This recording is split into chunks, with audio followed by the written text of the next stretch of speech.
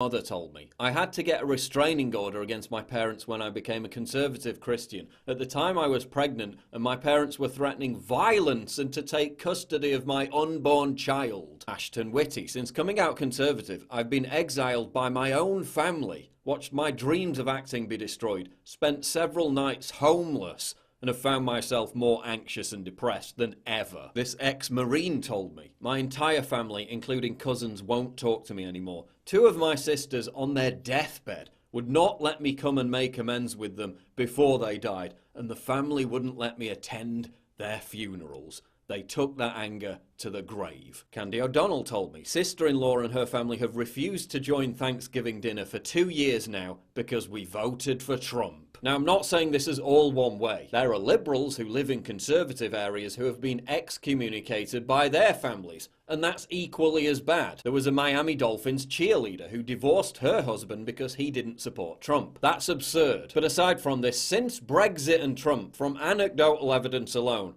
it seems like it's pretty much a one-way street. My brother has disowned my whole family because we didn't vote for Hillary. He moved and no one has spoken to him in 2 years. I have one brother. I was disinvited from his SJW daughter's wedding at her request. Fired from public university position, losing my marriage, shunned by friends and so-called fellow travelers in various social circles and networks. And this was a woman who voted for Obama twice before she voted for Trump. This is a grandma whose own daughter disowned and blocked her for supporting Trump. Presently, although I am allowed to send my grandchildren gifts and cards, I am not allowed to talk to them or be a part of their lives. I am held at arm's length and can only pray her views will mellow or change. Breaks my heart. A young mother sent me this. My family no longer wish to speak to me as I research my own news and not just listen to what the MSM wants me to think. I research the facts for myself. Due to this, my whole family will no longer speak to me. The worst thing about this is they will now no longer talk to my daughter,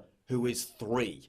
She has no knowledge or understanding of politics, so why they use my own views against her is ridiculous. I've encouraged them to have contact with her, to which they refuse. It's a sad, sad story. And you know who's mostly to blame for all this? Yeah, you guessed it, the media. The same media that constantly smears conservatives as hateful and divisive, while promulgating endless hate and division. Harper's Bazaar. If you're married to a Trump supporter, divorce them. Time magazine. Break up with that Trump supporter. GQ. It's your civic duty to ruin Thanksgiving by bringing up Trump. These people are so vulgar, so perverse, so resentful. They're quite prepared to see families torn apart just so they can exact some kind of petty revenge, which doesn't even matter anyway. The last year plus has just been a media feeding frenzy of character assassinations, frivolous lawsuits and censorship aimed at conservatives. All because they were butthurt at losing a referendum, at losing an election. But not content with sabotaging people's reputation and careers, they're now coming after people's families. Pamela Geller has a fatwa out on her from Islamic terrorists. They've threatened to behead her. They've threatened to kill her family. Then the Daily Beast exposes Geller's daughters, who aren't even political, painting a target on their backs for jihadists, simply because they don't like Geller's views on Islam. The writer of this vile trash, Taylor Lorenz, then celebrates what she did all over Twitter. I mean, what kind of vicious, subhuman scum could do such a thing and then think they had the moral high ground in doing it? You don't have the moral high ground. You're literally exposing innocent young women who aren't even engaged in politics to the threat of being assassinated by bloodthirsty Islamic terrorists. And for what? Because you think it'll silence Pamela Geller? You're prepared to go to such disgusting lengths for a scoop. Shame on you. Shame on all of you who think traumatizing and disowning your own friends and family members because they dare hold a different political opinion is somehow worth it for the greater good. There is no greater good.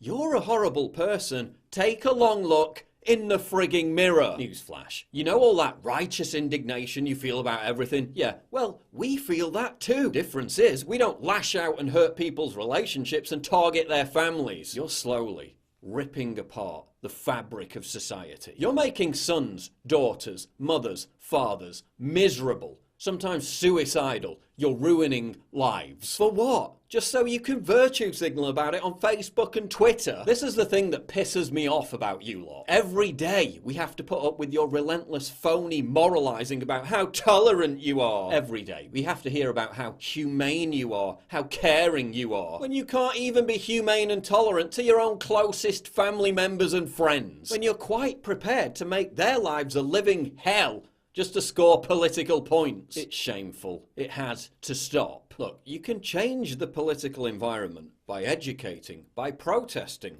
by voting. You can't change it by disowning your own children. I get messages every day from kids who are in school or college who are being bullied by their classmates, by their teachers, for their political opinions. They're telling me I'm their hero. No, you're my hero. You're my inspiration. You're the reason why I do this. I've been an outcast since the age of 12. I love what I do. All the hate, all the ostracization, all the lies about me, doesn't matter. I don't care. I'm never gonna stop. I'm never gonna shut up. But when they start coming for people's children, young women, who aren't even involved in politics, you know it's gone too far. I want you to do two things. Share in the comments below your own experiences of how you've been ostracized and disowned over your political opinions. And also comment on what we can do to fix what has become an intolerable strain on society. And to the left, listen.